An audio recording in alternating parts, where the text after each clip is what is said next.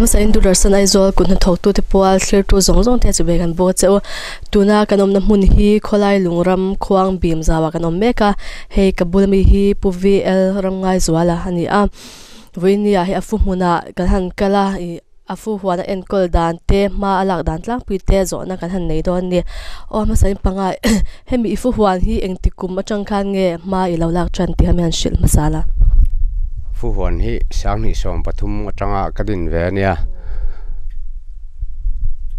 tun hi akumnga kan nei na ani e chuani ani le azaw zo hi trin engzat hunvel nge nia azaw zong hi chuti takina zaw lawa aram hi arul rema trin ni mun atling lo dewang ani chu ni he infu po he acha em ya ani le afu hi achi hi khoi mun atanga in lak nge achi hi he kan ri te pukhara te ne na tanga chi hi la kan nia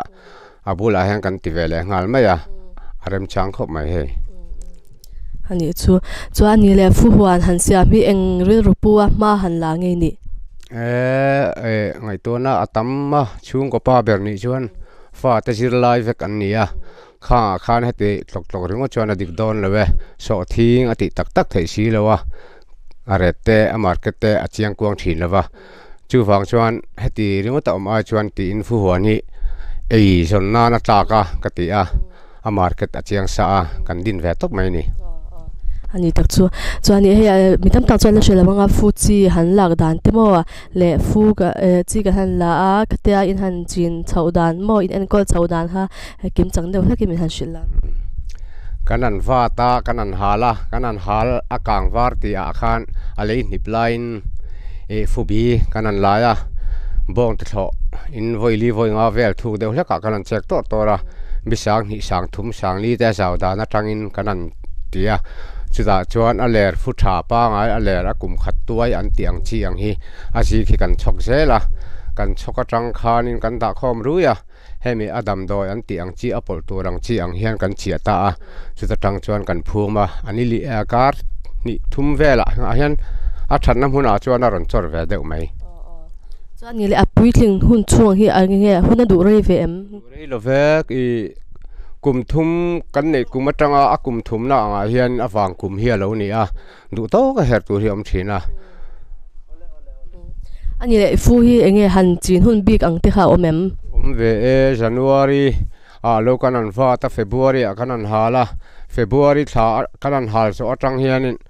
kan ti don chuanin a bi kan lai ngal mai I mun te du zaw ve em a that dana ziran ya mun chu adu zaw I enge ni quintal som thum her tur chuan mun adu zaw ve thin thum hun te ngai ve ne kha in kar hal zong te thu zong te kha in han bi tuk thapa khatyang khanin mi thiam te in rong nge ni a nang ma ni ram shian in ti ve top mi thiam te ron chuang lawe hela ya fu huan nei thang ten lo tama khang a khanin enge ni an ma ni khan an sir chiang a khang an ti danang kha kan so ta kan ti ve top mai ni chuan ni le he le tha te him pe vem tuite an ma mo nem vem le tha hi amak khop a bit tin le tha pe tu chuan a har sa kan lo tho pa hen a kor hi kan khe se la kan khe pa hian a fu bi bul ang hi chem kom hian in zol nuam deuh hlek hian kan rit khuara le tha khatianga chunglang ta kan pol thin ani tak chu ani le ti hian I fu ron chang lian zel ta a chan chu fu hi kum li vel cha hi adam then tia khatia I nge kumli vel ni to nu wa khanin engting in en kol chun zom le dan kha mi han shela aram le lung azir te po ani mai thaya kumli hi chu atlem khop mai kumli kumwa kumruk thleng hen en kol thaya fu hon en kol dan hin ang lawa tho fa jip de pa akor te uluk ta ka khea kan ti fa reng chuan kum sari bor vel hi an kol thai ani chu ani le na han bom tu ang te katiang han har san te in tok vem eng tiang nge en kol na hi atok ve thei khop maya tho thei fe kan lo ni wang hen kum thu ta na lo bo kum thu ta na bo hian a kum thu lo ang hian a ka na lo hi om ve a chung ta chuan kan kap ta a chu ta akung bul a lo re to deuh hleka chuan akung bul lampang hi tumpi hian a lo ei che khop maya kung thapui pu hi ak tu top zela rual tak ten a lo ei bur thina heng hi adam doi ang tak ang hi kan la khelem lawa pek po kan la pelem lo ni chu ani le department lampang atang te nge chan puin ang te khatia ha in dong ve dong ve tho ve hemi abi kan lai hian abi atam dana zir khanin bi khata cheng thum ang hisab ten kan dong ve ta mo hi tuna point han her chen ni a ani le fu hi la hun mo khatiang thlang the om vem eng tik tha thlenge in sa chin January February March April May June theng te point kan kai ve thin ni he chen the chuan in I fur lai hi chuan in I nge fu han her po ha thlum du lawa an tia ta hian in enge nang isha ve dan I fur lai han thlum du lo dewin I shevem thum du lo lampang ai ma chuan in atui si ka tama wang khanin thing te fu fe te a heka engkim mai kha kan ha thwa khana hotem sia fu kha a hlok lawa khata khanin kan her du lo ni mai akun ha thok tu te chuan mo ani chu chuan in he hian in han her ta a fe pangte in mang changkai chunzom le zelem a fe ang ho hi ti hian thing ani sela thing motor kan trip ti hian khami ain manage thei to kang tu ra thil kan ti hian a fe ne he kan chang ko pa khat thil khatika kan chuan khat omang tu le kan fu rem dan tu rang kha kan adjust ve thing ta kan lak dan la fe da ra jerin ti khan kan an ti kwal ver thin ni ani chu ti chu thing po in mang nem na tuk lawang chu ro chu ti lu tuk chu kan mang nem lo he thir pani ta kan an rola ti hian in a ur sa ve reng a thir tlon pani hian in chuan thing pani khat ta kan rol bela a fe kan vom je wa a to ve du khop mai he kan muang hin khol te le he a fu I kur te sel tu chhuan tur bel tin ne chokha me heng te hi khoi atanga in lenge hei hi Chelsea a thar le ka tuma kan report vek to ma se Chelsea ma helai lo ka kan piam wal lo ka hian aramane fu huana ne ya ati rem sita ka wang khan apum hian ka leita khol vel jong jong man ro shim hi ka le tok mai ni ani le khol nei ma hian in tinge I lo hel thin kutin mi haw tak viaw lo khol ka nei ma hian ka her ve lo wa khol nei lo photanga ya a material ang khain chofel photanga wang khan kan tikwal vela khol ka nei phot nuwa hen ka din ani fu an chu ani chu chuan he tuna po hi lo chuang mek ni a kurte tur he fu tian kurte in han chuan hian in I ni tin hian in chuang anga chuan in enge han vil uluk te ngai vem chuan fu lo chang ang te in nei vem chuan fu lo chang hi tam tak chuan mi tam tak chuan an nei ya hei kan van ne voi khat mai kan na ti chelawa kan tlu ko mai kan her chung jong ang thin hian kan van nei thin khop mai chuan ani le a chaw hun hetian in han chuang ta han suana a chaw hun ang big tha om vem ve ti hian in alo dai dewa alai takhi kutakan an jena alum wang anga hian asira la sat viu la hian kanan nga ka sir sa hian in alai khal deuh hlekhi kanan chia nib le a chaw ko the ang tok ta tia kan chok ta mareng tran marangai ve a chaw lai tak tak hi chuan a khang thuaya kan jin le thuaya a than te in khan kan jin zo khanin minisom ni som thum velang hi dar ka chan ve dor lai ma dai ve te pongai chuanga chong kan hol khok ta mo chuan the a kurte ang zong che ha min shal chuang nge ni a fu ang zong te hian in shal chuang ve thawem a fu ang zong chong kan shal chuak ve ngalo te kan hera a bil zel hian kan shal ta mun sang sa te kan pe khom ve ta mo ni chu ni e hei khulai lunga chuan in fu huana ma la in tam em me a anil a polang zong ten in ding vem association ang deuh hian kan dinga a society tak hian kan ding lawa mo chuan shoi tu te chairman te nein kan ve ani le nge in mala dan tlang pui tha mi han shilla nia ti hian anan committee anan ne hian kanan kal khoma thil eng ma deuh hlek alo om anga hian jin ngai ang te training ngai ang te eng ve lang hian shoi tu to kan sil kuala chuan kan kal ve thin hei tuna hian in san mek ni a tu eng tik thang in sa zo thein in rin ke ni hi her tu na tak hian tam to lova January February sabor vela han kan sa zo wang kan her zo ve kang ani chuan in heti hian in mundanga in son le don tina mi ram dang mual pu kan son le ang atharin chuti chu ava boy thla du don ve tiro nia boy thla ko mai hei motora phur hol e ve kang aya nga chung jong rang wa te khol man ro sim sim ang hi mo chuan in ani le I kurte hi elau kha mun chang kan pe kwal te khoi khwa te nge impact lang pui ai pek na customer te ai ang lo khop maya missing hi share chi pa te ka pe ke chu achang le bia te ate achang le tlang pui atan hon ve se wa khatika ko chu nga po hian in anin chan vak lo kan kurta hi fakve ta lokila a thum riawa ka ti tui nai thin boka anin chan lo kholai lung a hian mo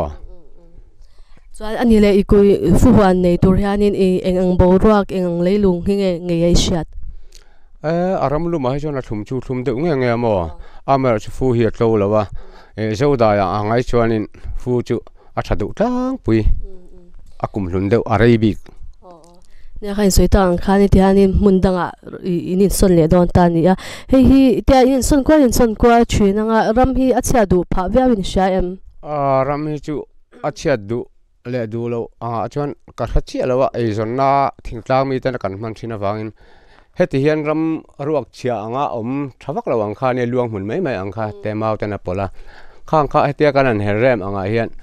fu fe anoi atom nok eng ve lang hian kumli kumnga chulom se aram le tha leilung achu asiam tha chokin ka ria keima thir ve dana chuan ani helai khowang bim zawa hianin chung ko in za vel nge fu hwan siam chu chung ko som thum panga bor vel hian la siam in tam khom me chuani ni kha I kurte yang te pomun sho shan te impe kwala kezia engza thisa ping impe ai nang lo tu na chuanin kezia somria thlirin kan pe a kum dang anga hi chuan tu nang huna chuanin kezia somwa ten kan pe to ani le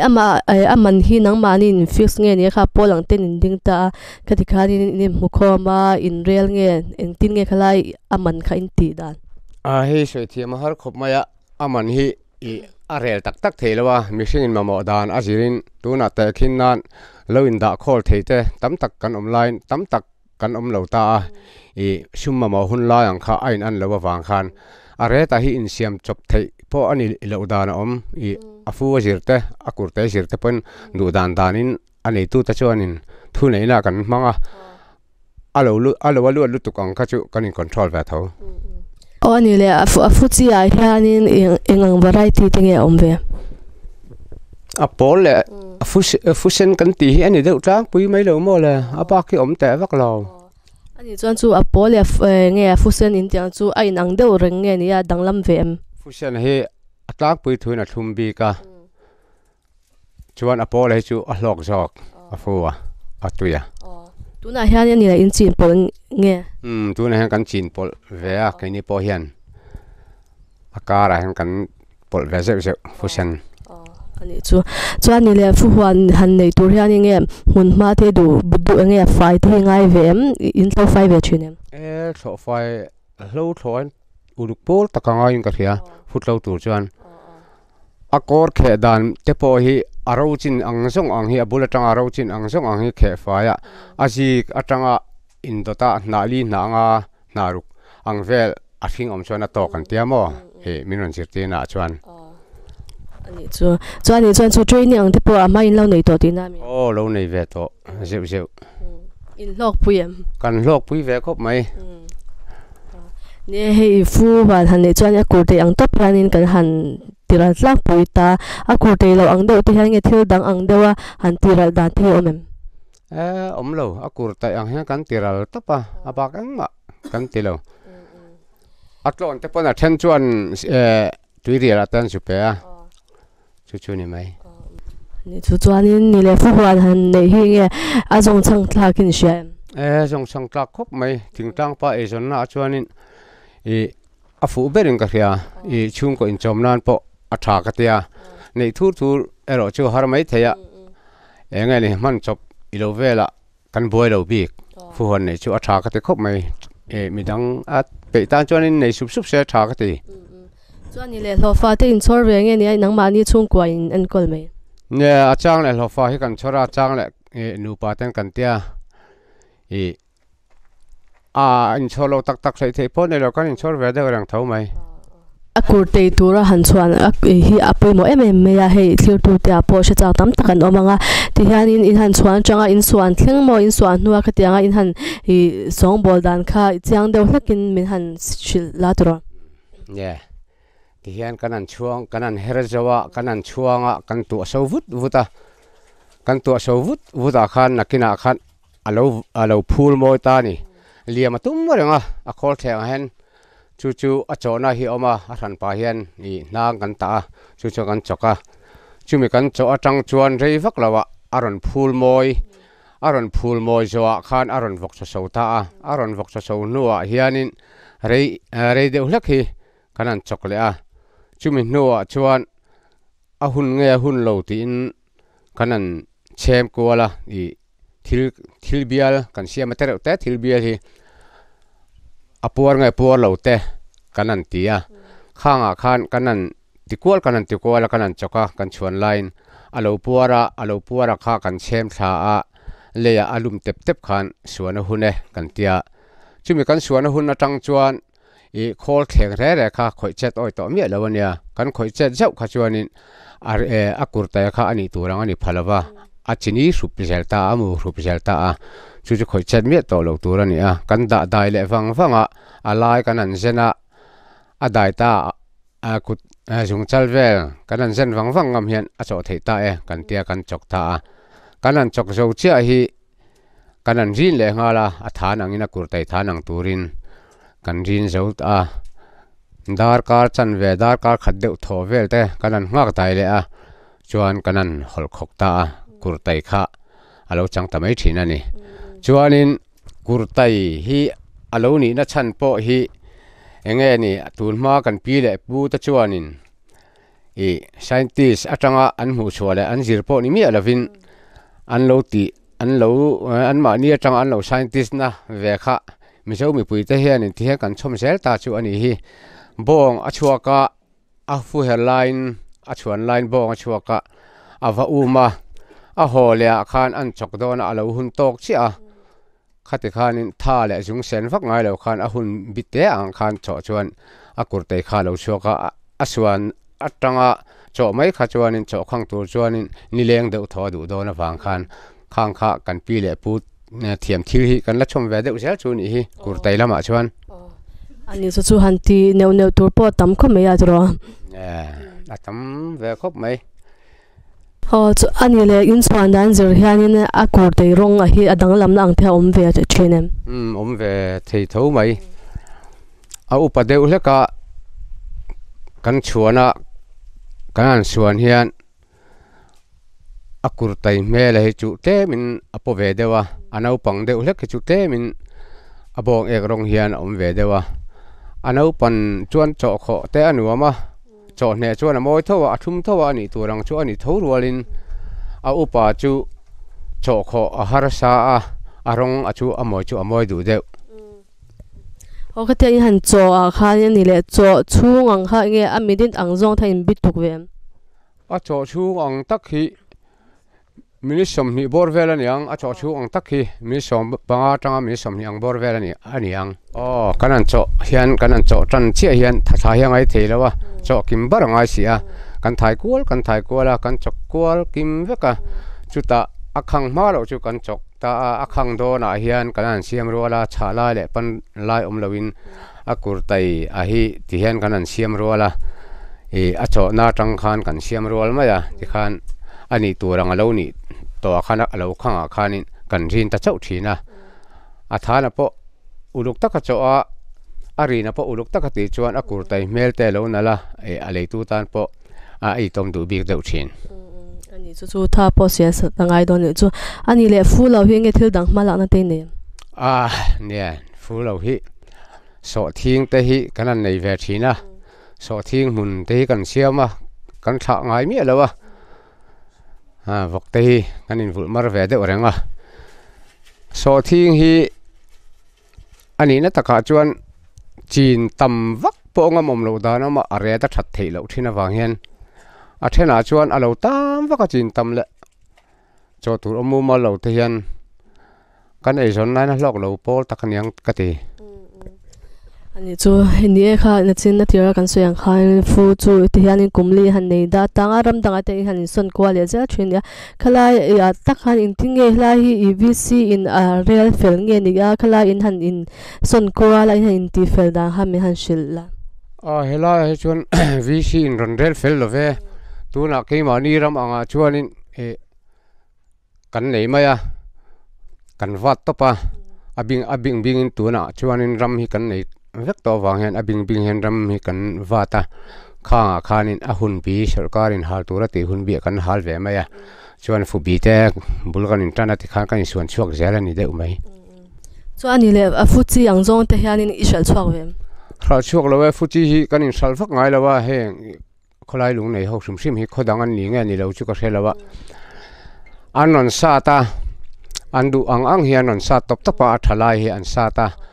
chuan e khatia an sa anga kha he ta kan khol zola her turanga te asa tu te khan min an thiar sak ve thina chu ti chuan kan in ti kol deuh mai mai ani chu ne hei I ti hianin han shalta ni le I nge isha chalo puna zat vel om tal kha han shila kum khata hianin eng zat vel in mu chhuat lang pui thin herdan hin ang lawa kan saldana tanga ang lo chuan a hlom ang hian kan mu thin lo wang hian aza a hlom anga lo ting kho mang ni ta ang sela noi khat bor ang hi chu kan la lut ve thin ani ani chu atam tham ve khop me chuanin ani le fu huan han nei tur hianin enge poimo nia nang initiat fu huan nei tur chuanin a poimo chu atam maya khol nei ma sak ngei ngei hi nga ya khol kan nei anga aman ruwa kan nei kim vek nuwa fu huan nei tur chuan taima ka ngai ni in tha da a theilawa mi thiom ni pon kal nol no langa ya chu wangin fu huan nei tur chuanin taima ka ngai kan helak lo la chuan thina po hi selo ang maya kal te ngai thina chumi ni wang chuanin fu huan nei tur chuan eng ti kong jong pon taima ka ngai sim so in lo thok na sa khom me ani le in tui lang na the chaim kan tui lang na khilai basara khianin kan la tha chu ta tang chuan pai phian kan la thave le maya kan tui lang na nu mang rang khop mai he top lam pang lo hnai don me la enge top na tai huan chung chang ale thil danga po soi du nei chu top na tan han soi la dur ya hey pite pute minon ko ma alo mom khop mai in chunga alo mom tak tak ani nangma ni mala na zara te kan siat lo thil tam tak te kan siat pha cái ni mi mol tan chuan fin le wana tam tak kan char pha alo mom thin khop mai in chunga kan lom tak tak ani cái ni po kan lom hle me avine I hun chatak te min pe a I huan in college tura po du sang na kan hlan tak me cheni I kal esel na cái ni po kan hlan a chu